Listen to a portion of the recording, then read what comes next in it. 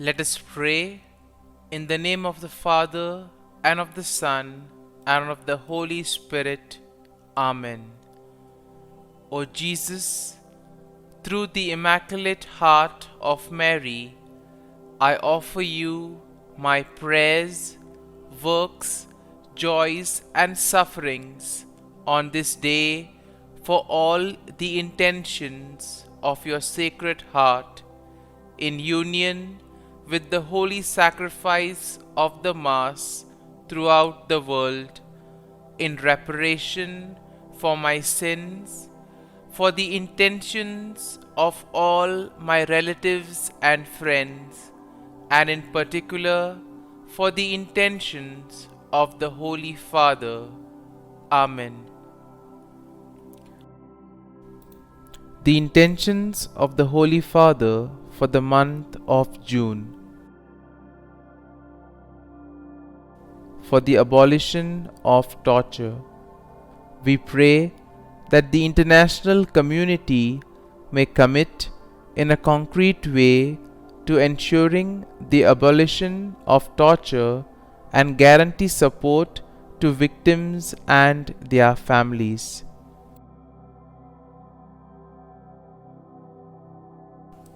Our Father, who art in heaven, hallowed be thy name. Thy kingdom come, thy will be done, on earth as it is in heaven. Give us this day our daily bread, and forgive us our trespasses, as we forgive those who trespass against us. And lead us not into temptation, but deliver us from evil. Amen. Hail Mary, full of grace, the Lord is with you. Blessed are you amongst women, and blessed is the fruit of thy womb, Jesus. Holy Mary, Mother of God, pray for us sinners, now and at the hour of our death. Amen. Glory be to the Father, and to the Son, and to the Holy Spirit, as it was in the beginning, is now, and ever shall be, world without end. Amen. My dear friends, the Word of God welcomes you this morning. And as we gather in the presence of the Lord, as we spend this time with Jesus, let us bring to mind all our intentions, all our prayers. Let us offer to the Lord all our worries, all our difficulties, all our challenges that we face in life. And let us place all of this at the feet of the Lord. At the same time, let us also be thankful. Let us also have an attitude of gratitude and thank the Lord for all the wonderful things that He has done for us, beginning from the gift of life. We thank the Lord for the gift of this new day, a day that will present to us plenty of opportunities to make a difference in the lives of others, or opportunities to complete something that was left incomplete. At the same time, let us also thank the Lord for all the talents, abilities that He has given us, all the blessings that He has bestowed on us. We also thank the Lord for the gift of various people in our lives. All these individuals have in some way or the other contributed and have had an influence on the way we go about.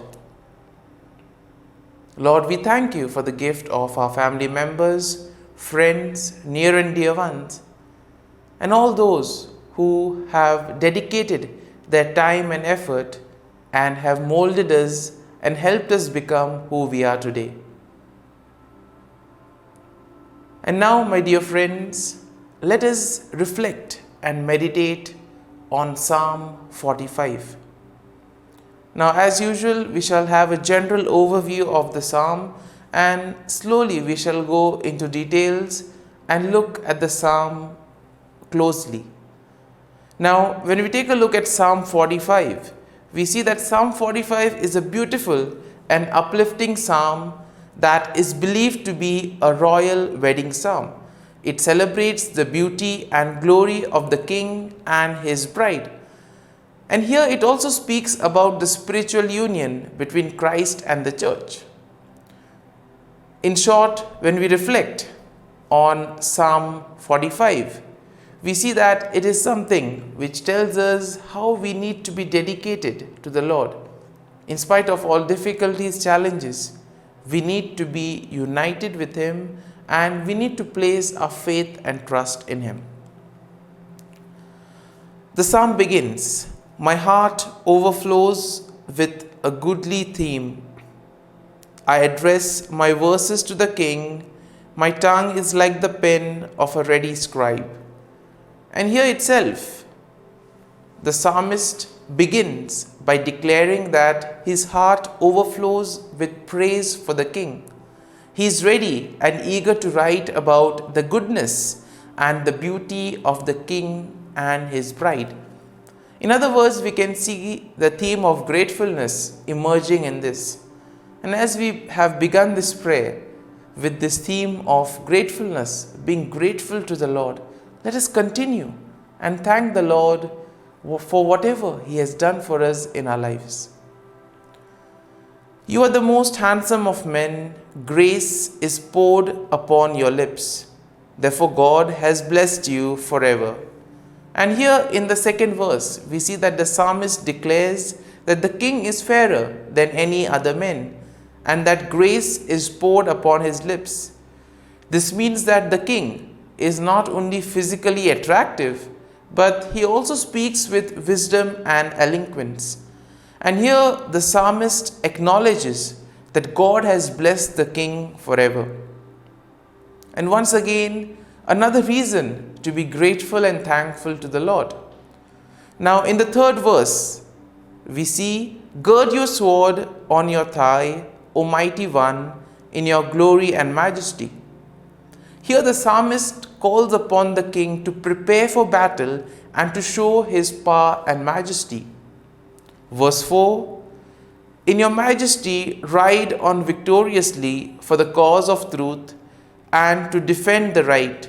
Let your right hand teach your deeds." And here we see that the psalmist continues to describe the King as a victorious warrior who fights for truth, meekness, and righteousness. The psalmist also acknowledges the King's great power and the ability to perform awesome deeds. Now in the fifth verse, the psalm reads like this, "Your arrows are sharp in the heart of the King's enemies. The peoples fall under you. Your throne, O God, endures forever. Your royal scepter is a scepter of equity." And in these two verses, we see that the psalmist describes the King's arrows as sharp and deadly, as he also declares that the enemies of the King will fall before him. And in the verse 6, we see that the psalmist acknowledges the divine nature of the King and his eternal reign. And therefore the King's scepter is one of righteousness and uprightness.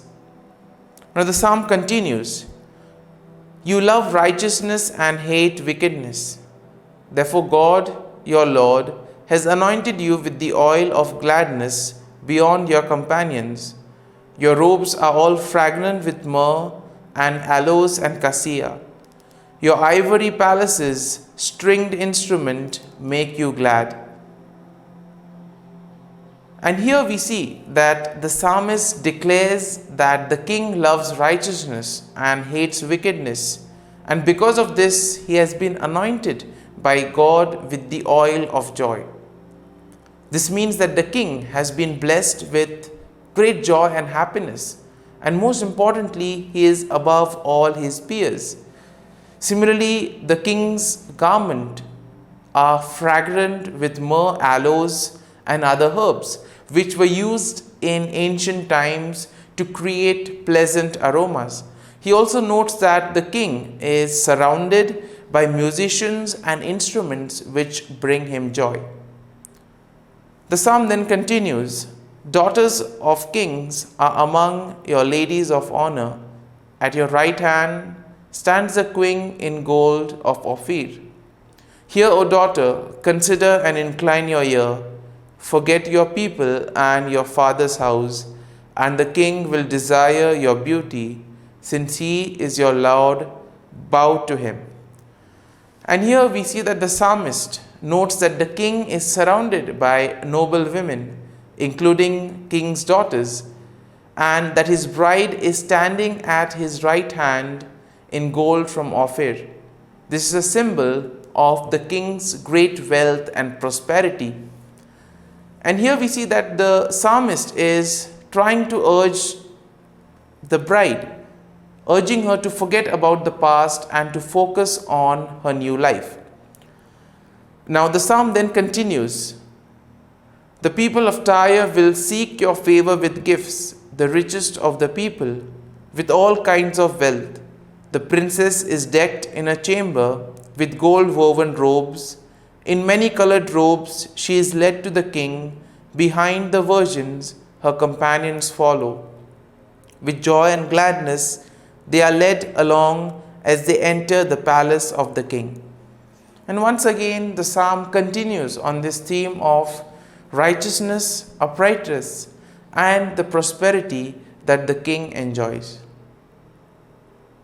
As we have reflected and meditated on Psalm 45, my dear friends, let us now close our eyes at this morning hour and let us thank the Lord. Let us praise the Lord. Let us glorify the Lord. Loving Father, you have given us this time in the morning. You have been gracious to us. You have given us your Son, our Lord Jesus Christ, who has cleansed us from our sins. He has taken away all our sins and He has given us new life. Lord, as you have given us the Holy Spirit, we ask you to bless us and to protect us.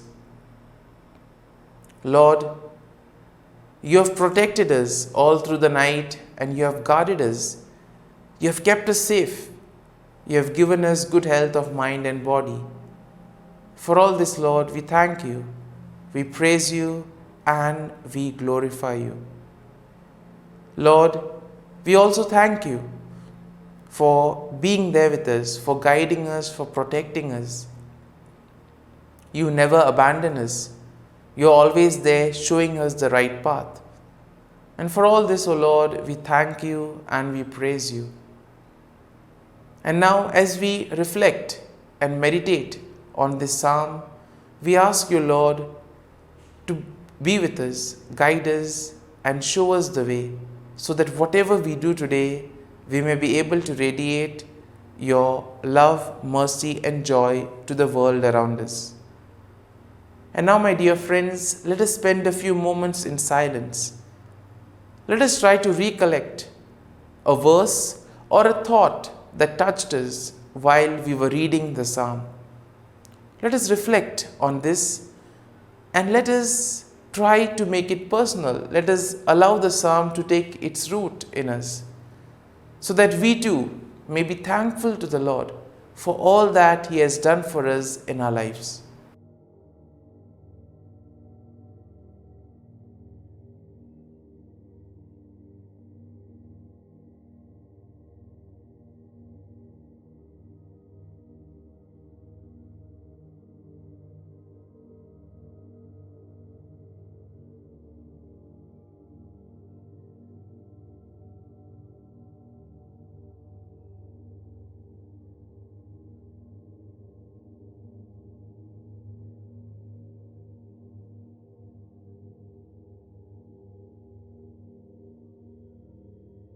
Prayer to Saint Michael the Archangel for protection.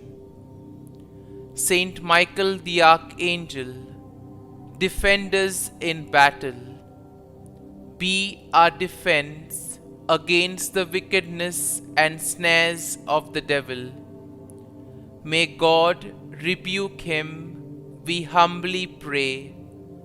And do thou, O Prince of the heavenly hosts, by the power of God, Thrust into hell Satan and all the evil spirits who prowl about the world, seeking the ruin of souls. Amen. Act of Adoration.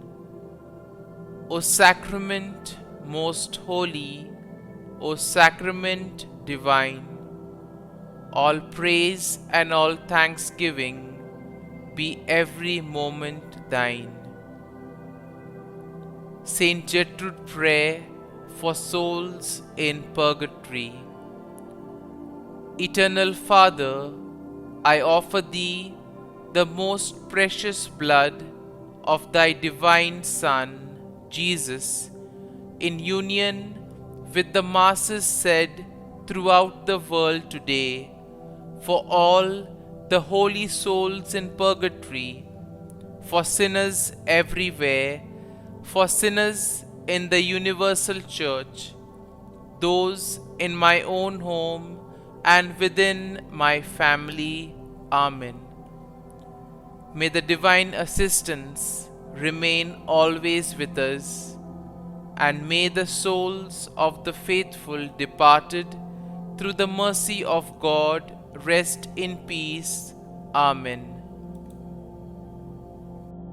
Glory be to the Father, and to the Son, and to the Holy Spirit, as it was in the beginning, is now, and ever shall be, world without end. Amen.